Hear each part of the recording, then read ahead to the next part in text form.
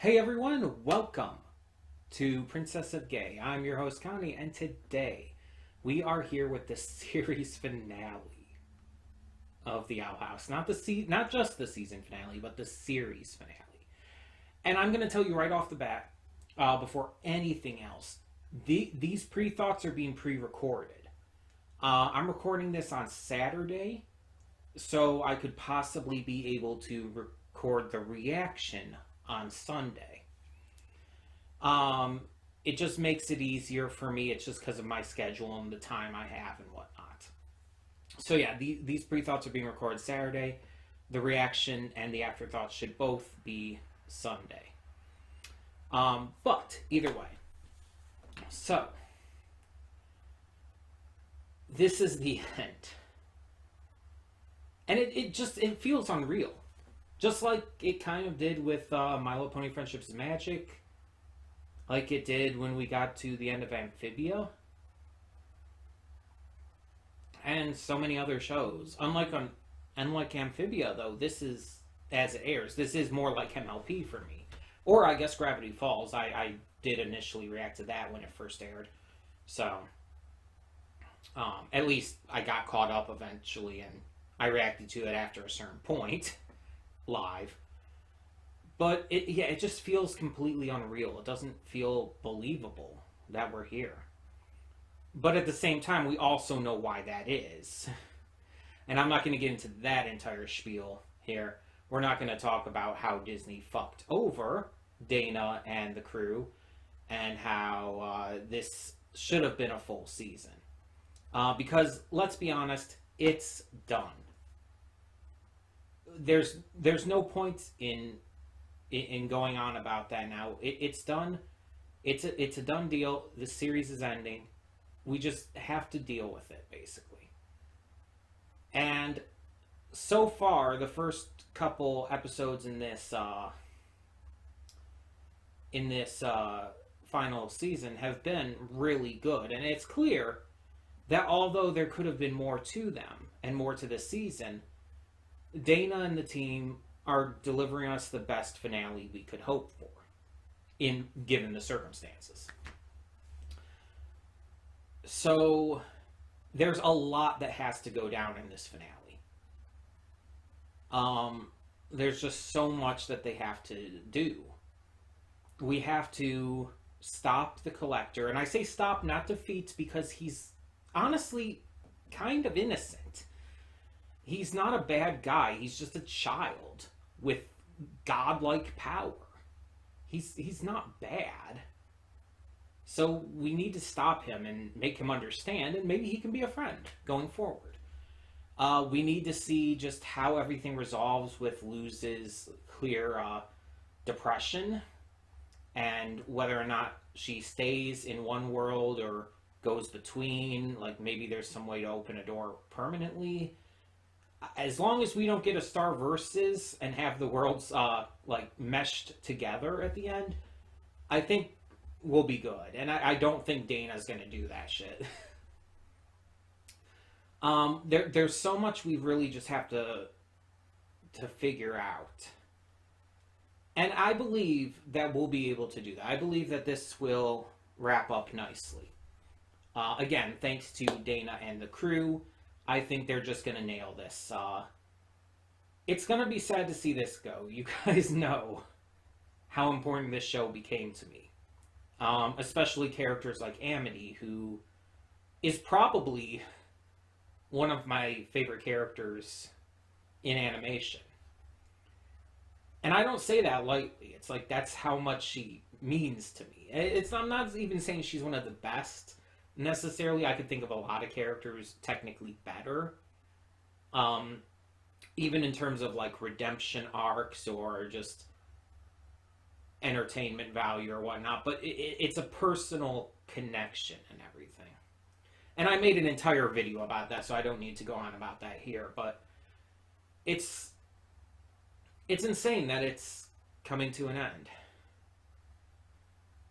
And yeah, after that we go on to other stuff, and I mean all shows have to end, and I'd rather see a series end earlier rather than go on forever. But again, it should have at least had a full third season.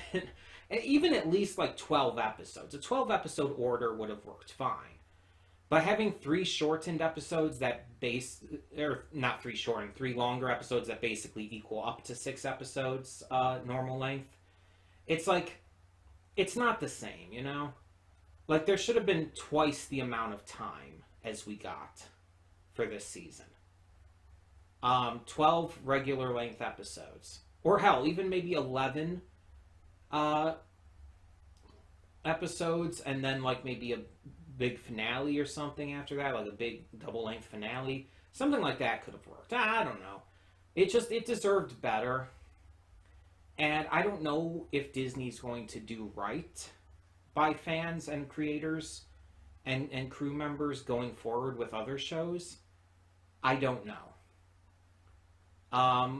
They have other big shows that have started. Ghost of Mali Gee started season 2. Moon Girl and Devil Dinosaur is doing really well. Still need to continue that, by the way. They have options to work with. And they could definitely get in more shows, more orders that could be big like this. But they need to give them a chance. And hopefully they start to. That's my biggest hope that comes out of this entire situation. That they learn from their lesson. And that Owl House is not a repeated mistake. Or that the mistake of Owl House gets... You know what I mean. But yeah, like, everyone's in the demon realm right now except V, who's back home and safe, and that's a good thing, and I'm happy for her, and she deserves to stay safe and hang out with Masha and go on dates, and I just love V so much. But everyone else is in the demon realm and in danger, and I think I thought about this last time. I think I, like, theorized about it last time, but someone could die. And I'm thinking Hunter could be a possibility. But also there is the thing about the fact that Flapjack died and kind of gave Hunter a second chance at life, basically. So maybe that's going to protect Hunter. But then what else could be the case? Like, I obviously it's not going to be Loser Amity. I don't see the twins dying. I don't see that leaving a big enough impact. I really don't think it's going to be Willow because Dana herself is a huge Hunt Low shipper, and I have every faith that that's going to be canonized here. Could it be Gus or Lilith?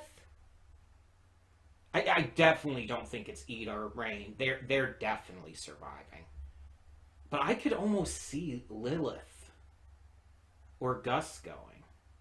I think it's still a stretch either way. But I mean, I don't want anyone to die. But I kind of feel like it almost is going to go that way. I don't know. If no one dies, cool, good. Well, except for Philip. Philip pretty much needs to die. Like, they really can't reform him. That's not happening.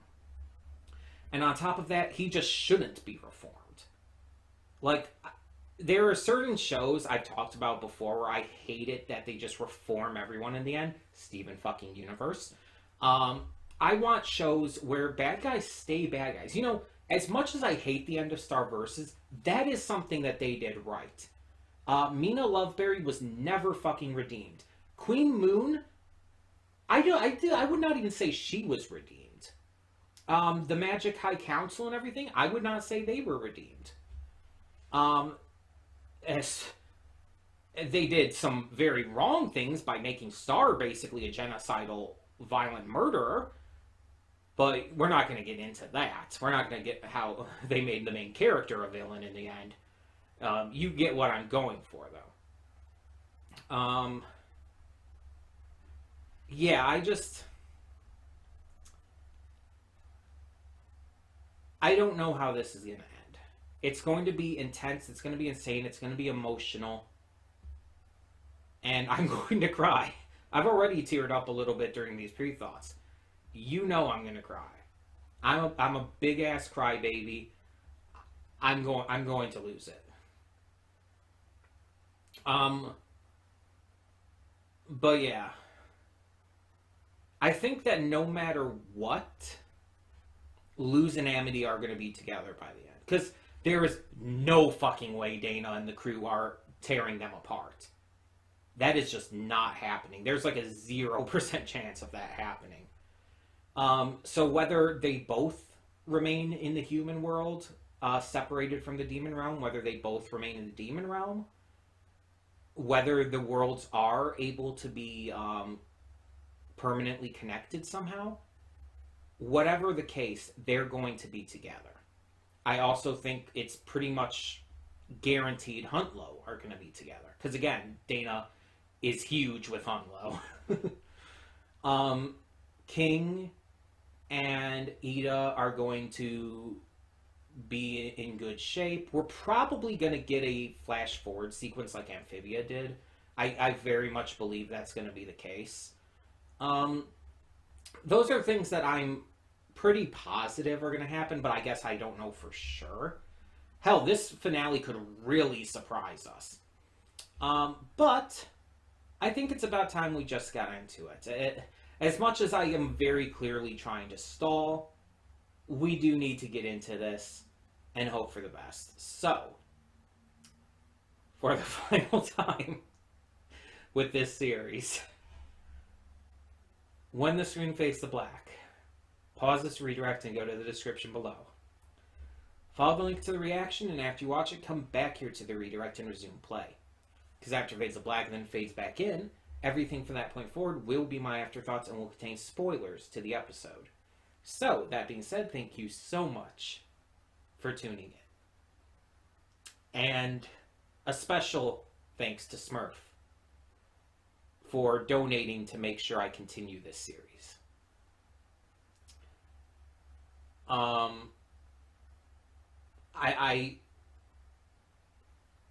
probably would have continued watching on my own, but I don't know if I would have picked it back up for reactions if not for you, so thank you. And for now, I'm Connie, and I'll see you at the reaction. And we are back, and we'll begin with spoilers in 3, 2, 1, now. You know, I was just about to say I didn't cry as much as I thought I would, but then, like, starting these afterthoughts, I started getting emotional. And now I'm starting to cry. It's like, of course, right when I'm getting ready to say that I didn't cry as much as I thought I would, that's when I start to cry. That figures.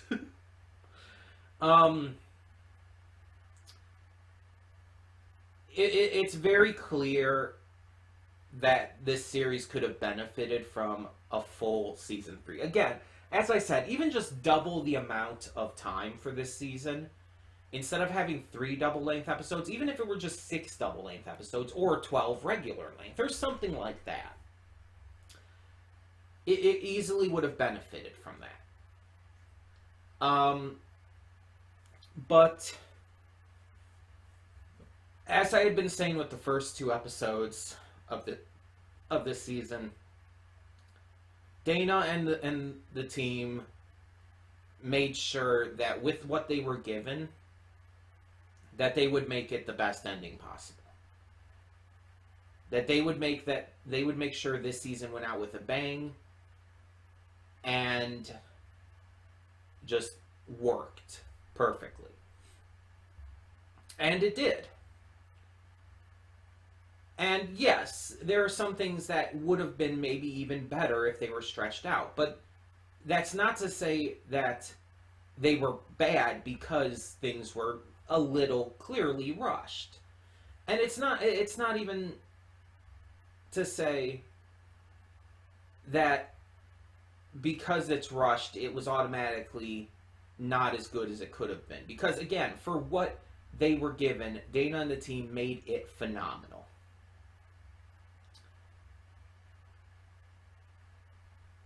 And going into this, there were kind of two things I was wondering. Basically, I was wondering if these two things would be similar to Amphibia. um, would the worlds be separate? Because at the end of Amphibia, the worlds were separated. There was no way to reconnect them, and both sides remained apart. And would Luz die, like Anne died, and then be brought back? One of those ended up being the case, and the other ended up not. And I like that. Having the death thing, I feel like it very much did feel a lot like Amphibia. Because let's be honest, both of them die to the main villain. They are, they're they're brought back in another, like, in-between sort of world. They talk to a god, and the god brings them back. The only real difference in all of that is that when Anne is brought back, she's brought back just as basically a clone of herself, and she had the unlimited power that caused her to die. Luz being brought back, she's brought back with the unlimited power that leaves her afterwards. And it's just her. It's not like a clone of her or anything like with Anne. But it's the same basic idea. Still, it's very similar. It just is. And the other big difference, obviously, though, is that Anne used that power to defeat the villain before her death. While, of course, Luz getting the power after she was resurrected, that's how she defeated the villain at that point. So it's slightly, ever so slightly different. But it's similar enough to where those comparisons can easily be made. But the second thing, with the ending, would the worlds remain connected or separate? And there were a lot of theories on how it was going to happen. There was the entire Hootie Hole theory that I think Bill created. I think he's the one who first created it. And yeah, the theory was, I think basically that Hootie would end up somehow being the portal. I don't remember. I like watched that once and I didn't adhere to it. It made no sense to me. But it was like Hootie would somehow end up being the portal between the worlds and everything, and it's like, that's just not what happened. The Collector just made a portal. It's really that simple. So the Nosedas bought the abandoned house, so they have access to it. It's their house, it's their building. They can do whatever they want with it. So having the portal there, it's the, yeah, it works that way. So there we have it. But there were some things, and I want to touch on this here. There are some things that weren't answered or weren't properly covered enough. And I feel like that is a constraint of the fact that, you know, Dana and the team didn't have enough to work with here. Where did the original portal door come from? That was never answered. We also didn't get the backstory into Philip and his brother. Like, all we have are those background images from the Into the Mind episode, or whatever it's called. I think it's something like that. But when they went in Belos's mind and everything, like, that's pretty much all we have. We know we know from those pictures the gist of it, though. We know that Philip and Caleb were brought up and raised during a time where the witch hunts were a big thing. So they wanted to hunt witches too. They ended up being lured into the demon realm by a witch who Caleb fell for. Philip didn't like that, and so he grew resentment and attacked them and ended up killing Caleb. And possibly the witch too. And then he just, and because of that, his hatred for witches, like, magnified, and he just evolved into Bellows through everything else.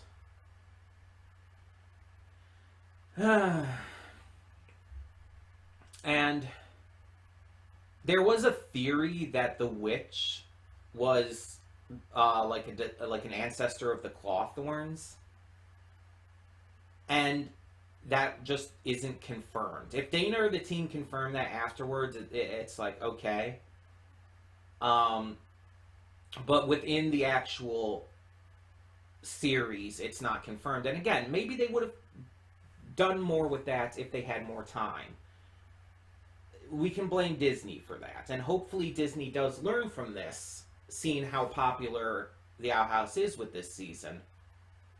And maybe they'll, treat their future shows properly.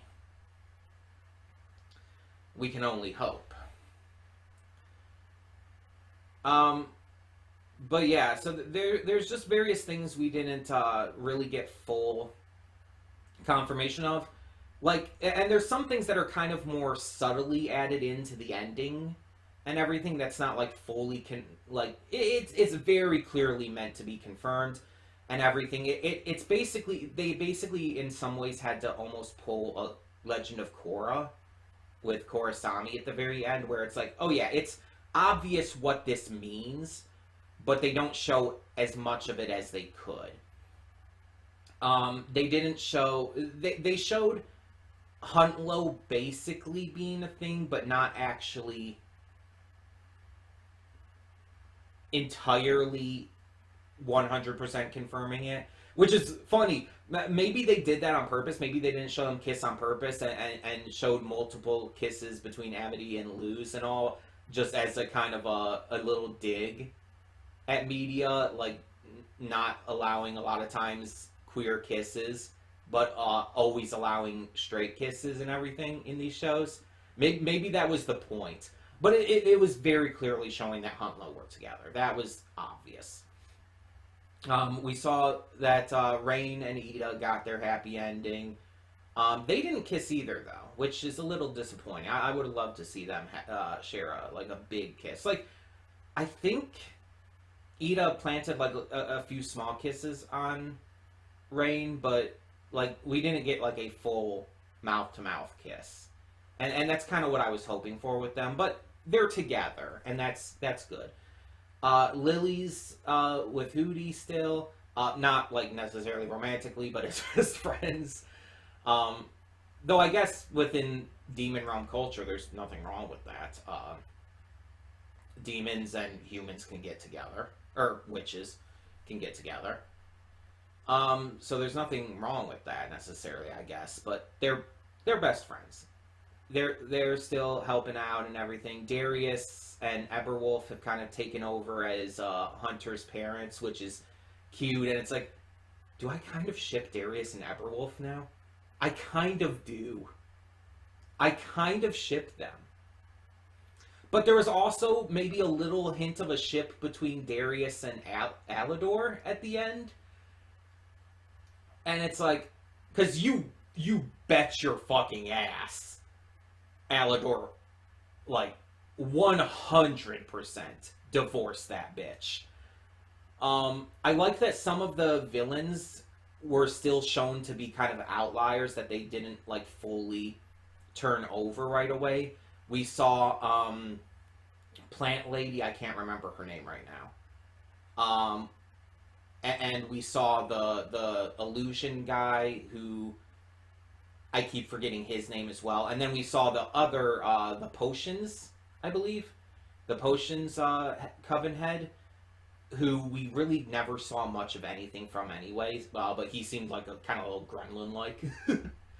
I don't think we caught up on Kikimora, did we? I don't think Kikimora was shown at all in this finale. I just thought of that. I don't care, but I don't think she was. Maybe I'm wrong. Maybe she was in the background at some point and I just missed her. It's possible. There was a lot being shown. But we saw, that Ida started a new school as the headmistress and everything. and we saw like that illusion guy from the graveyard was working there, the one that Gus and Matt befriended. And it's like, oh, they're bringing back a lot of characters. They're bringing back a lot in these like credit shots. And we did have a flash forward, though it didn't seem as long as Amphibious, because Amphibious was 10 years.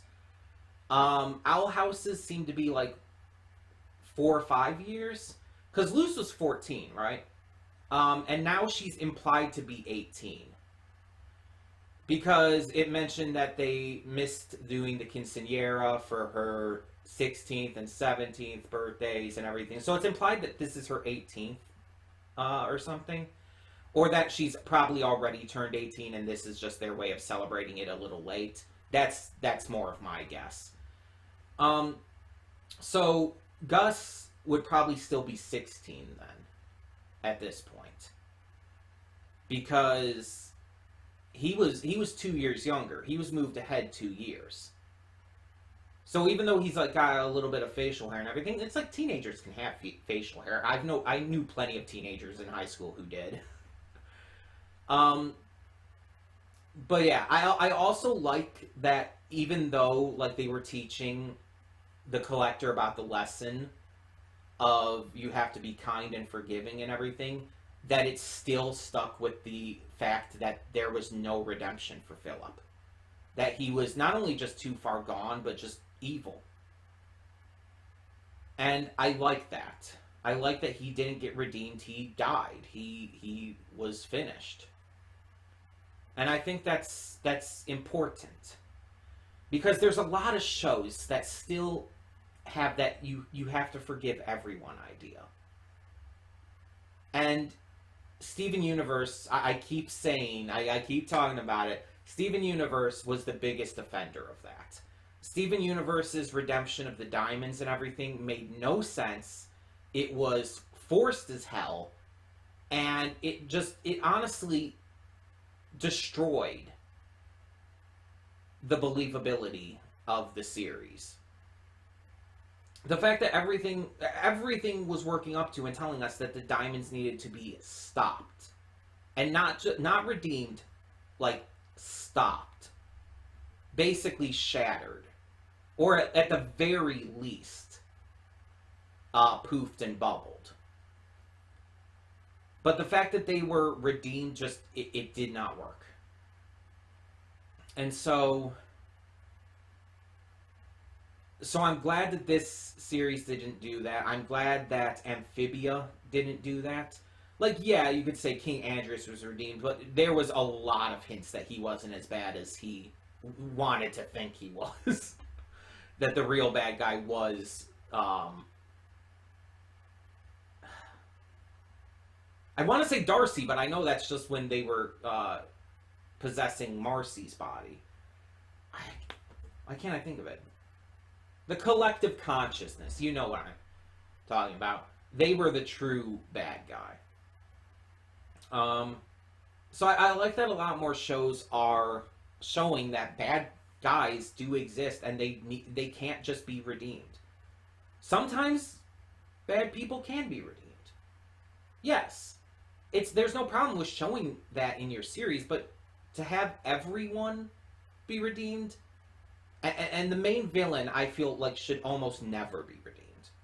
Ozai wasn't redeemed in Avatar: The Last Airbender. Amon wasn't redeemed in Legend of Korra Book 1, or Unalaq in Book 2, or Zahir in Book 3. Kuvira is the only villain of Book 4 who was really redeemed. Main villain, at least. Because technically you could count Tarlok and Varric, because they were at least Tarlok was a villain. Varric was more just an antagonist, but still. The point being, I'm glad that this series made sure on that. It was very clear that the Collector was going to be redeemed. Like, that was obvious. Because it was very clear that he just didn't understand. And I like that Luce's temporary death was used as a way for him to understand death, because it's literally something he just did not understand. It's something he's never really been able to understand or had the opportunity to. Oh, I just thought of another thing that was never answered, by the way. What happened to the Owl Beast in the flashbacks we saw before? Because it looked like the Owl Beast was being hunted by one of the Collector's people. But it's questionable on whether or not it was actually the Collector. And so that the history with that was never answered either. So that's another thing there. But yeah, like, Luce's Titan form, because honestly, what else would you call it, is fierce as hell, honestly. Like, it is such a good look. Like, they could have easily made it look very fan-arty, you know what I mean? Like, they could have, unfortunately, made it look very much like a fan art kind of thing. But it looked really good. Like, it felt natural. Seeing her work witch magic and Titan magic and everything in tandem was fantastic. It was really, really good. Philip taking over the Boiling Isles is something I had not thought of. I didn't think that was going to be a thing. It just didn't cross my mind. But in retrospect, yeah, it kind of makes sense. Because it's like, what else would he do for his last stand? He was possessing Rain, but that wasn't going to be the last stand. There would only be two options: if he possessed King himself or the Boiling Isles. And the Boiling Isles being possessed honestly makes a lot more sense thematically for the series. Possessing King, it's like he's still young. Like, I don't even think Philip would be able to, like, draw out too much more power there. We also got to meet King's parent. We got to meet the Boiling Isles. We don't have another name for them right now. So just call them the Boiling Isles. And we do learn that they are non-binary. They specifically used kind of the way King put it, with, like, both father and mother, the best of both worlds. So it does make me think that Titans probably reproduce asexually by that, but maybe not. Maybe that's just King's parent. I don't know. But either way, it's like they seem fine with being called fathers or dad. There's nothing wrong with that for them, which is fine. It's like, it's up to them. But I'm still referring to them with they/them pronouns because of what they said. But yeah, they're the ones who brought Luz back, and they seem to have a lot of the same personality as King. It's very clear that King got his personality from his parent, and that they have even the same kind of humor. Like, even their message to King at the end was, "I loaf you," like, instead of "I love you," because they knew that King would get a kick out of the bread puns. It's like, that's just fucking cute. Come on. And yeah, there was the theory, because we had seen, like, a little figure in the background in the in-between world before, I think it was the last episode, but I'm not 100% on that. I think it was the last one. It was one of the first two episodes of this season, but everyone was theorizing that that was King's dad, and we got confirmation that it is King's parent, yes. So yeah, a lot of great stuff in this finale, and it, again, was pretty much what we really expected in a lot of ways. But there were also some things we didn't expect. It's just, it's wild that this is the end. It's wild that we have no more. But it was a happy ending. It was a really happy ending. No one died except Philip. Well, I guess, and the Boiling Isles. They were holding on a little bit, but they gave the last of their life to bring Luce back and everything and give her the power and all. So I guess that as well. Which it's like with the glyph magic no longer working at first because of that, and only coming back after King's powers start growing. It's like, yeah, all of that works out really well. I think it just, they really nailed this finale. It's sad that it's gone though, that it's over. I almost didn't want to hit record on this today because I didn't want it to be over. I didn't want it to be done. Like I said in the pre-thoughts, this show has come to mean so much to me, and it's definitely one of my favorite shows of all time. And I had said, I believe, in the last video, the episode 2 video, that I was kind of leaving it up to the finale on where I would, like, place it, at least for now, because anything can change. But where I would place it in terms of my current ranking for it, because if something overcomes this in the future, I very much welcome that, but I think this beats out Carol and Tuesday for me. It does not beat out One Piece. One Piece is just excessively important to me. And part of that is the time I have spent with it because it has been so long. Almost 20 years with that series. While this series I've only had for a few. It's not really entirely comparable. And this series is really close, I would say. But One Piece, it means a little bit more to me personally, and it's just, yeah, it's close, but this is still a strong number 2, and that's still a big deal. But I do hope other shows surpass this. I do always hope that other shows really get that good. So I'm not upset by Carol and Tuesday moving down to number 3. I'm happy that Owl House was able to surpass it for me. I'm ecstatic about that. I would have been ecstatic if this surpassed One Piece for me.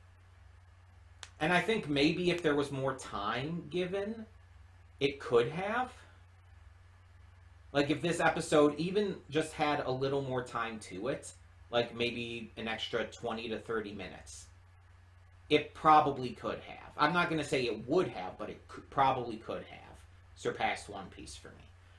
Because I can't argue, there were some things that were a little rushed. But again, it doesn't take anything away from the fact that they were. It just could have been better if they weren't. You know what I mean?